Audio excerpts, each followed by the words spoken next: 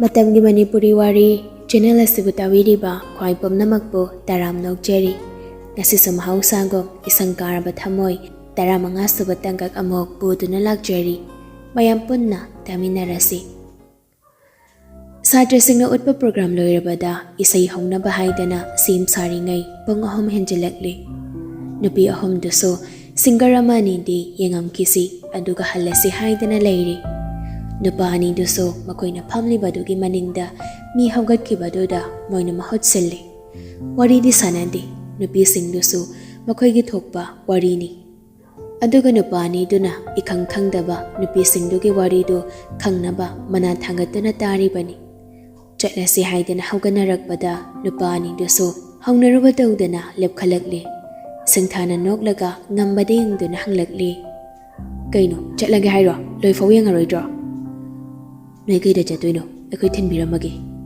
gari achawi yauri aikoi upai ama leitri gari hairuni matangdoda gari khami baduso ilap lap naramdi gari makongdo phangba inarubaduna loishin matambani gari makong phangwa thilei nupi homdobo ngambadi leinanga singthangada onsinduna wari khara sanai sanaga breden gadi wangangakti mayamna ngangnari badu taba khakni Jaluki ki hain hairam laga gari do thauduna thokri gari thaudokduna thokibado nupani do ngayak ti lepduna yeng laga leihori adui matung ngamban hairakli akhoju jalasi premunaramaga ngaktung leikhona khamyadro breden gi wandoda ngambana mametu arei thana paine yeng laga khamlakli kan khrabana jinduna lonthokdaba sandoda tumin leikhraga Ayapayam sajilak prahi babu jingjai famda da tharak pada namma uni yeibo Aingonda wam tharak promoy ba nang su chance man cham phok pirok pade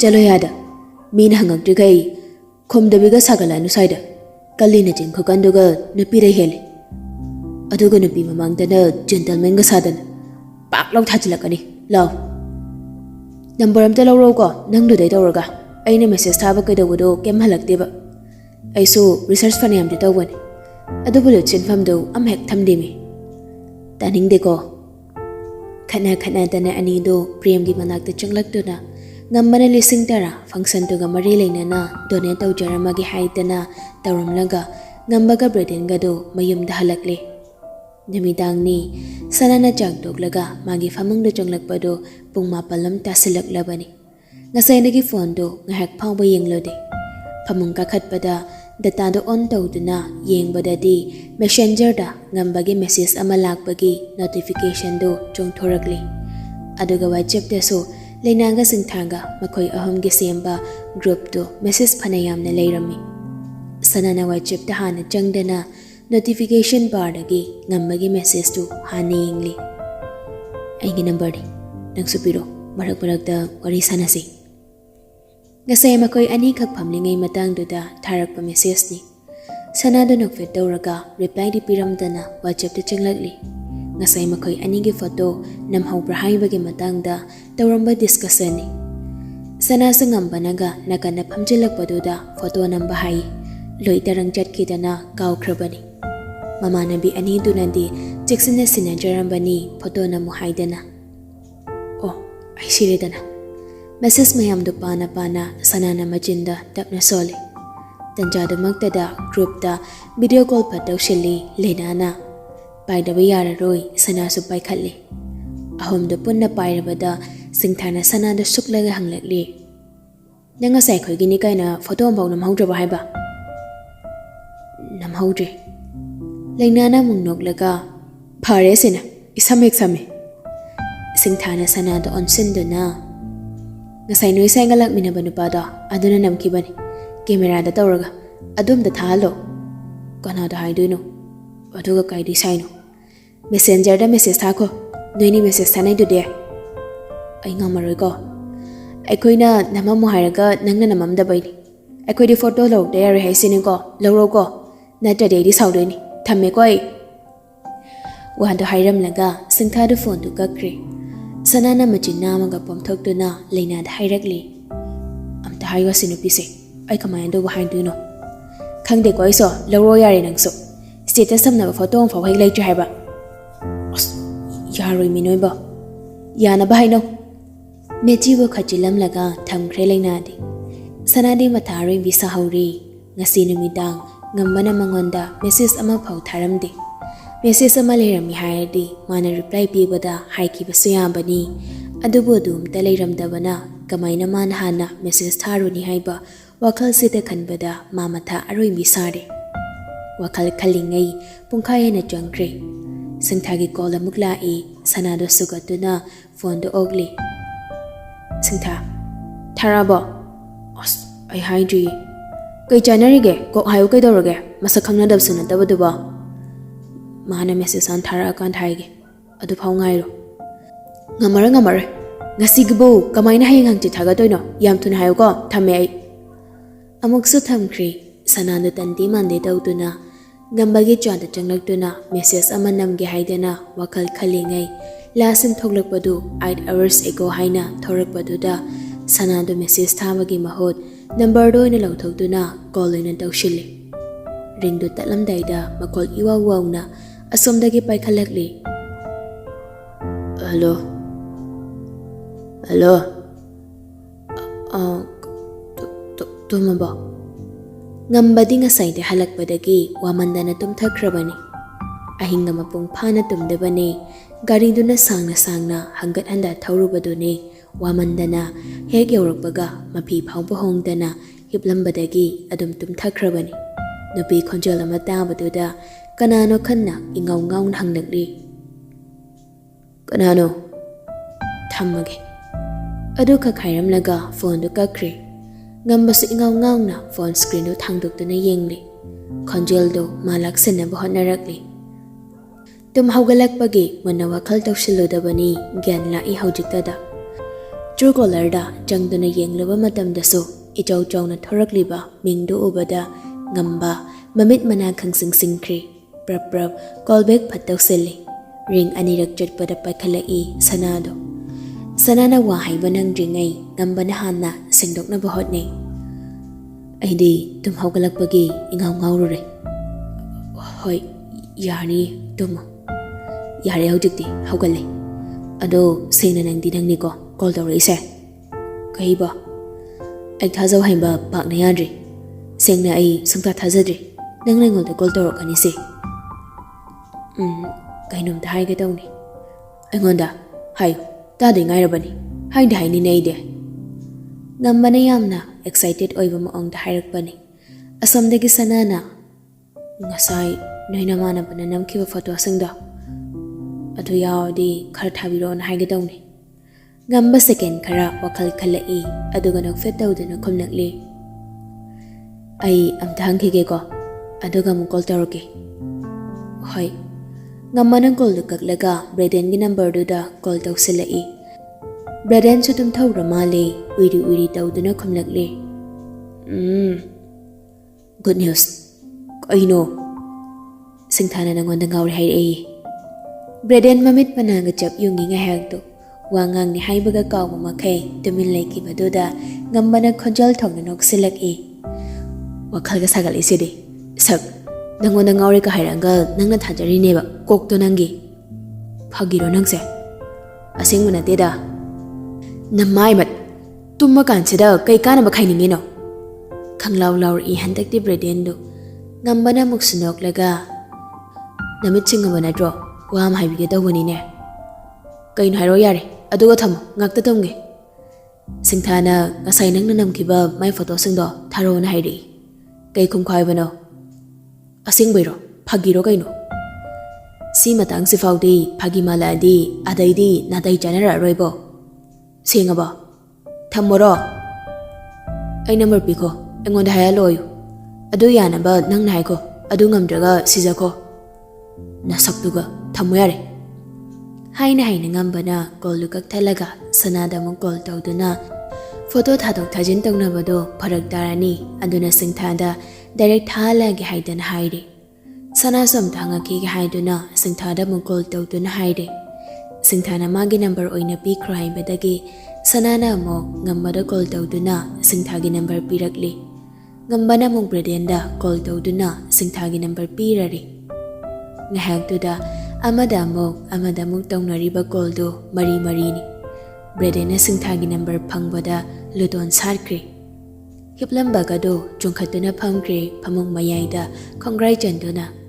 Tawbadi photo singdo laptop ta hajin ge di khalaga hapadi hapdribani. Mana khanba photo manika phone da copy tawshin badu natana loina makti yawa natri. Photo do di masagi wani. Number do ni marudi. Number phangabada photo gi wa kaw kre bredendo. Call hana pataw shila e. Asomdagi supay khalakli. Hello, kana? Aini, Breden. Kana na Breden haiba? As. Khai đôi để thầm. Xong ni xong lang consider kai bit khai ngina ta rai nu khang dine. Murum solak pani loisilak bagi do. Phone tham ki daw bagi mami mo rak badu da Breden at taha. Ay Breden eme. Ngambagi mama na bado. Photo gi harak bado. Handak di singtha do khang tap thara e noki ga daw dun hairak li. Aya. Adai da dadora. Ay khang da bain haiba. Ay photo do amta thabiro. Breden do nokmi tawr e. Singthana tawrak livado acting ni haiba masu khangi bani. Aduna maso acting amda hairakli. Minga khangbiram da basidi heart check kairi hawaiba. Hana ingonda minga haiki balai braise. Som mayam wari sabada yawdra haisiba. Som henjilak tawagi maong ama tawrak baduda singthagi haunabi wa thabat kakpada haurakli. Ekhoi dinoi warim da sanadina. Kaino haisiba. Asukoi na noi na tung ina raise ekhoi warim phok sanadabra. Sanade. Ado photo do. Copy tawdri amani da tawrabani. Sihana tharagi. Atai sina hayang tharagi. Yaba natro. Hai. Amani do hana thabiro phone pairingi sida. Breden do mamai mamit pum sup sutok tuna phone do loudspeaker on tawraga gallery da yawriba photo ani ahom do singthagi number do da thakri. Photo do hek phangbaga singthana nokmi. Thank you. Adu ka khairam laga amaduna wahayama phangba kumbanang dringai call do kak thatkre. Breden do phone screen do da yenglaga mathanda solakli. Sati dawri banu pini ko. Adu budi ainu khanbani kaino. Sathiri khai pa mesida leire khoidi. Somda ngambaga sanaga so message thanari wari sham tawnarambadagi ngammana marakta faijinduna aingi coffee do kamain tawbano. Monday numida thaasi. Kaida college ki canteen da. Os. Hawani college ki tuso. Ado nangna ingona sak oraga wamta ngangri do kai kino. Mi mayam malay do de. Mi lady ingoda wangang bayada price. Yade. Ando di aina ka magi manungda phazilaka kana muhanda bida wangang handare ne. Tumage. Pung tara fawada dri yamgalina. Ay tumningi. Good night. Message to na samjilami offline chat kri. Lasin thokhaure. Ngarang na messenger da ngasina WhatsApp da mahaw amamamni. Nong nini message tanarak baduna ngambadi pura wakalam da laikri. Ngambadar haibasu nati sanasoni. Sanagi na mapanthok na yadabagi lona wakal manungda matanda kanjabani. Ngambadi loire pura mi mohong labagum. Mama umada mijibu khajin bane nofet putawshin bane pura taibang palam da laikrabani. Breden suni tawribado singthana marak da message reply ga pirakpado tararak hek paramgani. Toina halakpadi nattabani na wa mahalakpada magun kahe na wangi. Wa haige tawbaso haifam ama hek khanghande. Wa haifam khanghandabadi Breden khakta natte ngambasoni. Mana irang tawge haidana wahai ama ni haiba haurakpada mana haige tawribado haidringai sanana wado hekta samdatki.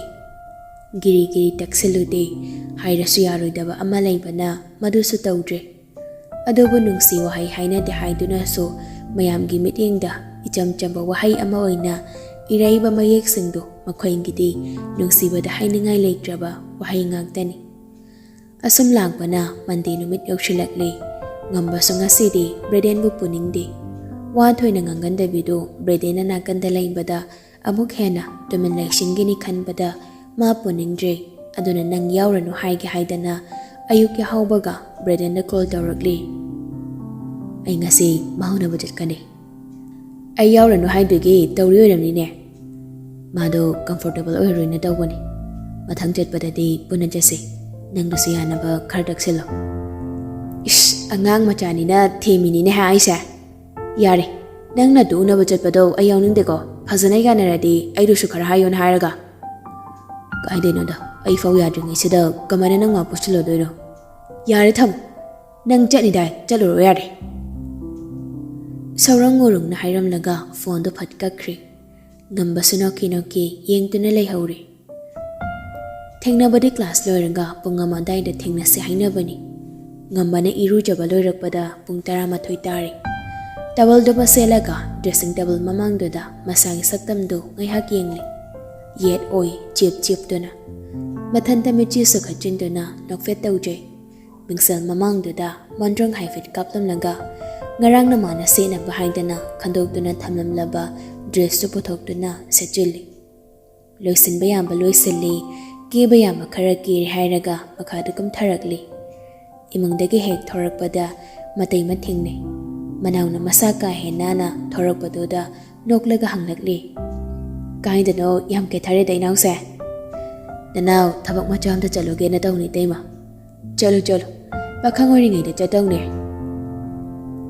ꯅꯣꯛꯃꯤ ꯉꯝꯕꯁꯨ ꯃꯃꯥꯗ ꯆꯠꯈ꯭ꯔꯦ ꯈꯔ ꯇꯝꯕꯤꯌꯨ ꯍꯥꯏꯔꯝꯂꯒ ꯊꯣꯔꯛꯂꯤ ꯁꯣꯝꯗ ꯁꯅꯥꯁꯨ ꯉꯝꯕꯅ ꯉꯁꯤ coffee ꯊꯛꯁꯦ ꯍꯥꯏꯕꯗꯒꯤ ꯏꯔꯥꯡ ꯈꯪꯕ ꯃꯃꯥꯟꯅꯕꯤ ꯑꯅꯤꯅ ꯊꯕꯛ ꯂꯩ ꯀꯣꯂꯦꯖ ꯂꯥꯛꯑꯔꯣꯏ ꯍꯥꯏꯗꯅ ꯋꯥ ꯂꯥꯡ ꯉꯥꯡꯅꯕ ꯌꯥꯗꯕ ꯃꯈꯩ ꯂꯩꯊꯣꯛꯅꯈ꯭ꯔꯦ ꯁꯅꯥꯁꯨ ꯍꯥꯏꯗꯣꯛꯎꯔꯕ ꯋꯥ ꯑꯣꯏꯕꯅ ꯎꯄꯥꯏ ꯂꯩꯇ ꯃꯊꯟꯇ ꯀꯣꯂꯦꯖ ꯂꯥꯛꯂꯤ ꯀ꯭ꯂꯥꯁ ꯌꯥꯎꯔꯤ ꯂꯣꯏꯔꯛꯄꯗ ꯄꯨꯡ 1 ꯇꯥꯒꯗꯧꯔꯤ ꯃꯥꯅ ꯊꯣꯔꯛꯄꯗ ꯉꯝꯕꯗꯨ ꯃꯥꯕꯨ ꯉꯥꯏꯗꯨꯅ ꯂꯩꯔꯝꯃꯤ ꯒꯚꯔꯟꯃꯦꯟꯠ ꯀꯣꯂꯦꯖ ꯀꯣꯏꯁꯤꯜꯂꯤ ꯁꯥꯇ꯭ꯔꯅꯒ ꯑꯦꯛꯖꯥꯝ ꯅꯠꯇꯕ ꯃꯇꯝꯗ ꯅꯠꯇꯕꯅꯤꯅ ꯇꯣꯏꯅꯁꯨ ꯂꯥꯛꯅꯗ꯭ꯔꯤ ꯀꯦꯟꯇꯤꯟ ꯐꯝꯕꯤ ꯏꯅꯦꯗꯨꯁꯨ ꯃꯤ ꯈꯔ ꯂꯥꯛꯀꯗꯧꯕꯒꯤ ꯃꯃꯤ ꯎꯗ꯭ꯔꯕꯗꯤ ꯀꯦꯟꯇꯤꯟ ꯍꯥꯡꯗꯕꯅꯤ ꯑꯗꯨꯅ ꯉꯁꯤꯁꯨ ꯂꯥꯏꯕꯛ ꯐꯕ ꯍꯥꯏꯁꯤꯔꯥ ꯂꯥꯏꯕꯛ ꯊꯤꯕ ꯍꯥꯏꯁꯤꯔꯥ ꯀꯦꯟꯇꯤꯟ ꯊꯣꯡ ꯂꯣꯜꯂꯤ ꯁꯅꯥꯗꯣ ꯃꯊꯥꯗꯤ ꯁꯥꯔꯕꯅꯤ ꯉꯁꯥꯏꯅ ꯊꯣꯡ ꯂꯣꯜꯂꯝꯕꯗꯨꯗ ꯂꯦꯞꯇꯨꯅ ꯂꯩꯔꯝꯂꯤꯕ ꯉꯝꯕꯒꯤ ꯃꯅꯥꯛꯇ ꯆꯪꯁꯤꯟꯗꯨꯅ ꯇꯞꯅ ꯍꯥꯏꯔꯛꯂꯤ ꯀꯦꯟꯇꯤꯟ ꯍꯥꯡꯗꯤ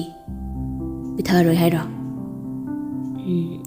ꯍꯣꯇꯦꯜ ꯑꯝꯗ ꯑꯣꯏꯅ ꯁꯣꯔꯣ ꯆꯤꯡꯗꯨꯅ ꯌꯥꯝꯅ ꯍꯥꯏꯅꯤꯡꯗꯕ ꯃꯥꯟꯕ ꯃꯑꯣꯡꯗ ꯍꯥꯏꯔꯛꯄꯗꯨꯗ ꯉꯝꯕꯅ ꯐꯠ ꯃꯔꯛ ꯊꯠꯇꯨꯅ ꯍꯥꯏꯔꯛꯂꯤ ꯑꯁꯤꯒꯤ ꯃꯥꯏꯕꯝꯒꯤ ꯃ꯭ꯌꯨꯖꯤꯌꯝ ꯑꯃ ꯂꯩꯕꯗꯣ ꯑꯗꯨꯗ ꯑꯣꯏꯅ ꯊꯛꯎꯔꯁꯤ ꯊꯛꯄ ꯂꯣꯏꯕꯒ ꯑꯩ ꯑꯃꯨꯛ ꯅꯪ ꯀꯣꯂꯦꯖ ꯐꯥꯎ ꯊꯤꯟꯕꯤꯒꯦ ꯁꯅꯥꯁꯨ ꯋꯥꯈꯜ ꯉꯥꯏꯍꯥꯛ ꯈꯜꯂꯛꯂꯤ ꯐꯔꯦ ꯄꯪꯂꯥꯞꯁꯨ ꯂꯥꯞꯅꯗꯕꯗꯨꯗ ꯈꯟꯂꯗꯨꯅ ꯍꯣꯏ ꯍꯥꯏꯅ ꯌꯥꯊꯣꯛꯂꯤ ꯃꯥꯒꯤ ꯕꯥꯏꯛꯇꯨꯗ ꯂꯥꯛꯏꯕ ꯖꯥꯂ ꯈꯟꯗꯨꯅ ꯃꯉꯛꯇꯨ ꯊꯥꯡꯒꯠꯇꯨꯅ ꯌꯦꯡꯕꯗꯨ ꯎꯔꯒ ꯉꯝꯕꯅ ꯅꯣꯛꯃꯤ ꯒꯥꯔꯤ ꯑꯆꯧꯕꯗ ꯂꯥꯛꯏ ꯃꯆꯥꯗ ꯂꯥꯛꯇꯦ ꯂꯥꯎ ꯆꯠꯂꯁꯤ ꯑꯁꯤ ꯍꯥꯏꯗꯨꯅ ꯅꯥꯀꯟꯗ ꯈꯥꯝꯃꯝꯃꯤꯕ i20ꯗꯨꯒꯤ ꯃꯃꯥꯡꯒꯤ ꯊꯣꯡꯗꯨ ꯍꯥꯡꯗꯣꯛꯄꯤꯔꯛꯏ ꯁꯅꯥꯁꯨ ꯆꯪꯁꯤꯟꯗꯨꯅ ꯐꯝꯈ꯭ꯔꯦ ꯉꯝꯕꯅ ꯗ꯭ꯔꯥꯏꯚꯔ ꯁꯤꯠꯇ ꯀꯥꯔꯛꯇꯨꯅ ꯐꯝꯂꯒ ꯒꯥꯔꯤꯗꯨ ꯃꯥꯏꯕꯝꯒꯤ ꯃ꯭ꯌꯨꯖꯤꯌꯝ ꯇꯝꯅ ꯊꯧꯔꯛꯂꯤ ꯃꯐꯝꯗꯨ ꯌꯧꯔꯕꯗ ꯇꯤꯀꯦꯠ ꯀꯛꯇꯨꯅ ꯆꯪꯂꯛꯂꯤ ꯃꯅꯨꯡ ꯆꯪꯗ꯭ꯔꯤꯉꯩ ꯃꯄꯥꯟꯗ ꯐꯝꯐꯝ ꯁꯦꯝꯂꯤꯕꯗꯣꯝꯗ ꯁꯅꯥꯕꯨ ꯐꯝꯍꯜꯂꯝꯃꯒ ꯉꯝꯕꯅ ꯀꯣꯐꯤ ꯑꯣꯔꯗꯔ ꯇꯧꯕ ꯆꯪꯈ꯭ꯔꯦ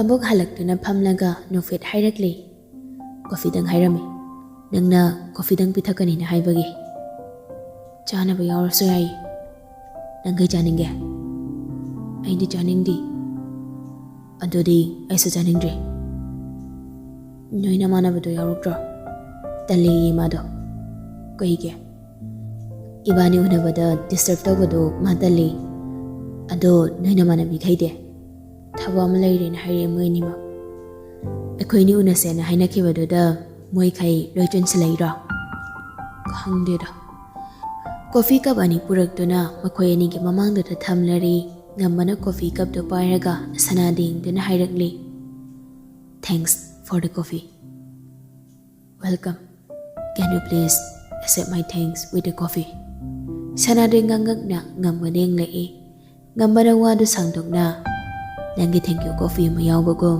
ꯑꯩꯒꯤ ꯊꯦꯡꯀ꯭ꯌꯨꯗꯁꯨ ꯀꯣꯐꯤ ꯑꯃ ꯍꯥꯞꯆꯒꯦ ꯅꯪꯅ ꯌꯥꯒꯗꯕ ꯃꯇꯝ ꯑꯃ ꯍꯥꯏꯔꯛꯄ ꯌꯥꯔꯣꯏꯗ꯭ꯔꯣ ꯒ꯭ꯌꯥꯟ ꯂꯥꯛꯄꯗ ꯁꯅꯥꯗꯣ ꯀꯣꯐꯤ ꯀꯞꯇꯨ ꯄꯥꯏꯔꯗꯨꯅ ꯃꯃꯥꯏꯗꯣ ꯍꯥꯏꯐꯦꯠ ꯅꯣꯟꯊꯗꯨꯅ ꯅꯣꯛꯅꯤꯡꯕ ꯈꯪꯕ ꯁꯛꯐꯝꯗ ꯃꯆꯤꯟꯗꯨ ꯆꯤꯡꯗꯨꯅ ꯅꯣꯛꯃꯤ ꯂꯩꯈ꯭ꯔꯦ ꯉꯝꯕꯅ ꯃꯥꯏ ꯃꯇꯧꯗꯨꯗ ꯃꯈꯨꯠꯅ ꯄꯥꯏꯔꯝꯕ ꯀꯞꯇꯨ ꯊꯝꯈ꯭ꯔꯒ ꯃꯈꯨꯠ ꯌꯦꯠꯇꯨꯅ ꯊꯕꯥꯛꯇ ꯊꯃꯣꯏ ꯃꯄꯥꯗ ꯊꯝꯗꯨꯅ ꯁꯅꯥ ꯇꯥꯅꯕ ꯃꯑꯣꯡꯗ ꯁꯣꯜꯂꯛꯂꯤ ꯅꯪ ꯑꯗꯨꯏ ꯃꯤꯅꯣꯛꯇꯨꯗꯤ ꯑꯩ ꯊꯃꯣꯏꯁꯦ ꯃꯐꯝ ꯃꯔꯥꯡ ꯈꯪꯗ꯭ꯔꯤ꯫ ꯅꯣꯛꯄ ꯂꯦꯞꯄꯣꯁꯅꯥ, ꯅꯠꯇ꯭ꯔꯕꯗꯤ ꯑꯩ ꯂꯝ ꯌꯥꯝ ꯍꯦꯟꯕ ꯉꯥꯎꯁꯤꯟꯅꯕ ꯃꯤ ꯑꯣꯏꯔꯛꯀꯗꯧꯔꯦ꯫